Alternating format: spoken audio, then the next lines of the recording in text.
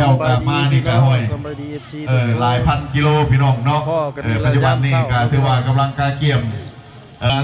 ขึ้นเฮือนเชี่ยวเนาะคือว่าเจ๊กับเราเลยก็มอคงขึ้นบ้านใหม่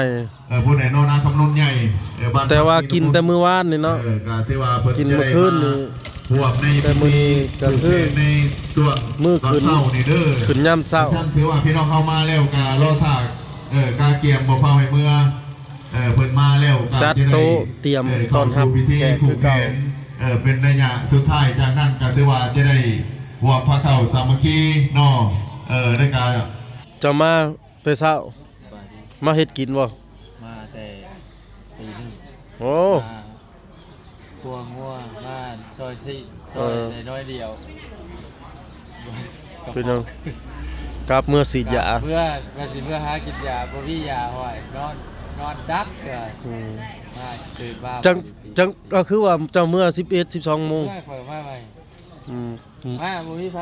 บ่เมื่อเลยมีจะคนนั่นมาเฮ็ดกินก็ประมาณ10งัวใหญ่บ่งัวไม่ใหญ่อันนี้เพิ่นกำลังจัดเตรียมไว้คือเก่าพี่น้องแต่ว่ามื้อมันน่ะมื้อวานนี่เนาะ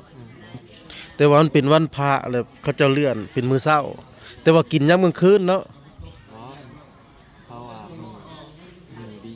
มื้อดีว่าเพิ่นว่ากินเฮาพอดน่ะนำยามมื้อคืนนี้แต่มื้อเช้าน่ะขึ้นบ้านเพิ่นลูกสาวเพิ่นก็โอ้ยแต่งตัวสวยแท้นี่เขาผูกแขนซื่อๆบัดนี้ผูกแขนขึ้นเฮือนเนาะเอาคือมีบ่ได้เฮ็ดคู่ปีแต่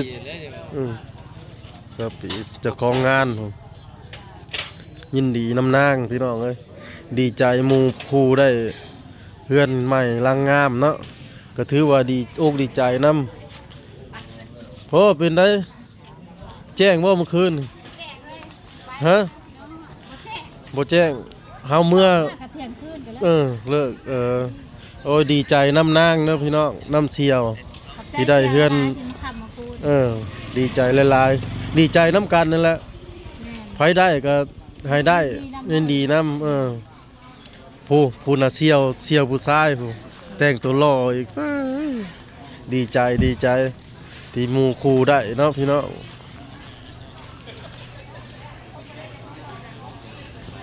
ออกมาจากไทยเลยครับก็คือว่าแล้วเพิ่นกับเมื่อนอนอยู่บ้านพักกับเพิ่นมาหลายเนาะ50-60คนก็เป็นใจเจ้าเกิดวันศุกร์คืนวันศุกร์สนุกกินสนุกไข่สนุกก็เดี๋ยวว่าสนุกรวยปราศจากโรคภัยนานาประการเนาะให้มีความสุขความเจริญเงินไหลกองทองไหลของเงินเจ้าไหอางอเด้อเจ้าผ่าเฮาเนาะให้อยู่ดีมีแห้งอันนี้เนาะถือว่าพี่น้องเฮาถึกมือพ้นได้น่ะมากับพ้นเลยทุกภาคส่วนก็ได้มาห่วงในงานเนาะตำราภาษีผูกแขนพี่น้องเฮาขึ้นบ้านใหม่เนาะถือว่าผ่านไปประมาณนี้ก็เป็นตั้งเดือนเมเล่พวกมาไทยนอกกันจักนักจะเต็มคือกับพี่น้องอุ้ยตัวนั้นเฮ็ดทักกันนะเนาะกองเงินกองคำแลนมาโฮมปล่อยขาแลนมาโฮมเพิ่นว่าเนาะอันนี้คือกันปล่อยขาแลนมาโฮมเด้อเนาะถือว่ามีแต่คนสอกคนใส่มาเรื่องในหลังอะไรเข้ามาเนอะพวกจุ่มสุกเย็นนี่โมเมนต์ฝนกระโต๊ะกว่านี้เนาะโอ้ฝนโต๊ะกันนี้นี่ฟ้าโต๊ะแห้งเอาหมอนเด้อไผมาสวยเมนต์เข้ามาทั้งพี่เด้อพี่น้องเขาน้องผู้ทอนหมอนมาสวยเจ้าภาพมากองไว้นี่เด้อหมอนเด้อไผเอามากับมาโฮมไว้นี่มาสวยทั้งเจ้าภาพเขา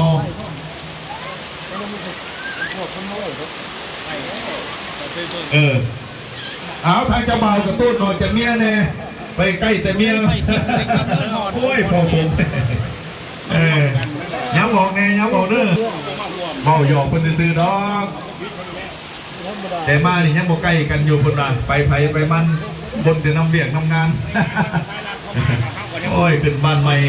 นอนกระลับดีฝันดีคนละปุ๊กยุงสมเย็นพี่น้องเนาะมาแห้งเลยโอ้ยเพิ่นว่าจังได้ค่อยจับอึ่งมื้อแรงจับอึ่งพี่น้องเตรียมใส่อึ่งนี่แม่นหยังเพิ่นว่าห้อยคนมีเงินหลายเด้เนาะจะมีค่อยขามาใส่คันบ่มีเงินนี่ไผก็บ่อยากมาเอาให้สมความมุ่งมั่นปรารถนาเนาะ ให้เงินได้หลายทางเฮียโขงเฮาเจกันเฮาคอยขามาใส่อยาก เป็นอะไรกินอยู่นอกฝนกับมาพอดีถือว่ามาก็ฟ้าก็ฝนขนาดมันขึ้นเฮือนกันเลยปักกลุ่มซุ่มเย็นเพิ่นว่าฮะมือแรงไหนไปได้เฮานี่ไปใต้อึ่ง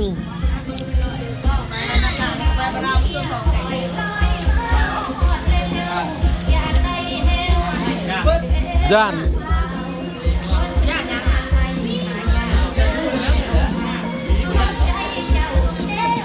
ไปได้มือแรงนี่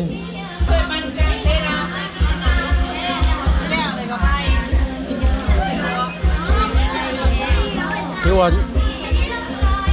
มันหักเปื้อนแน่เนาะพ้นกับมาก็บ่สะดวกปานใด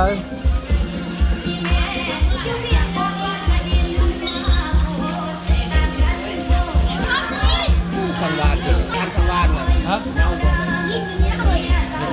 เมาแล้วเรากินเหล้า จัดการ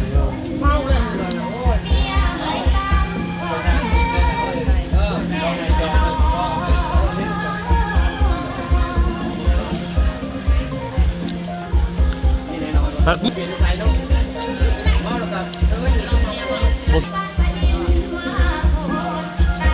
แซ่บบ่แซ่บสุดยอด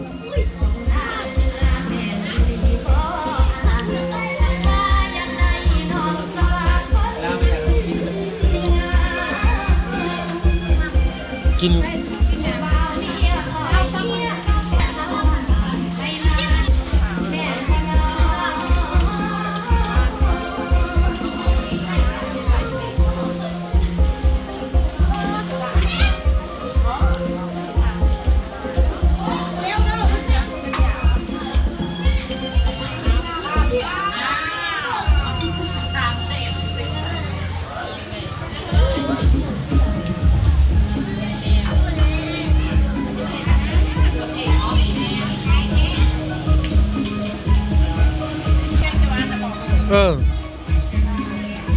ถือว่าแห้งเติบพี่น้อง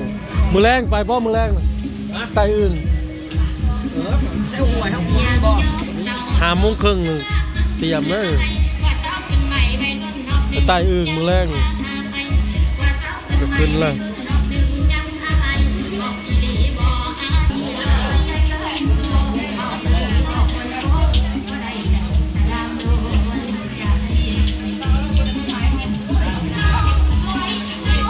เบิ่งเด้อแล้ว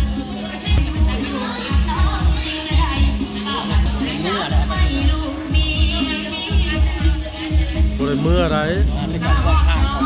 สิพรนะฮะ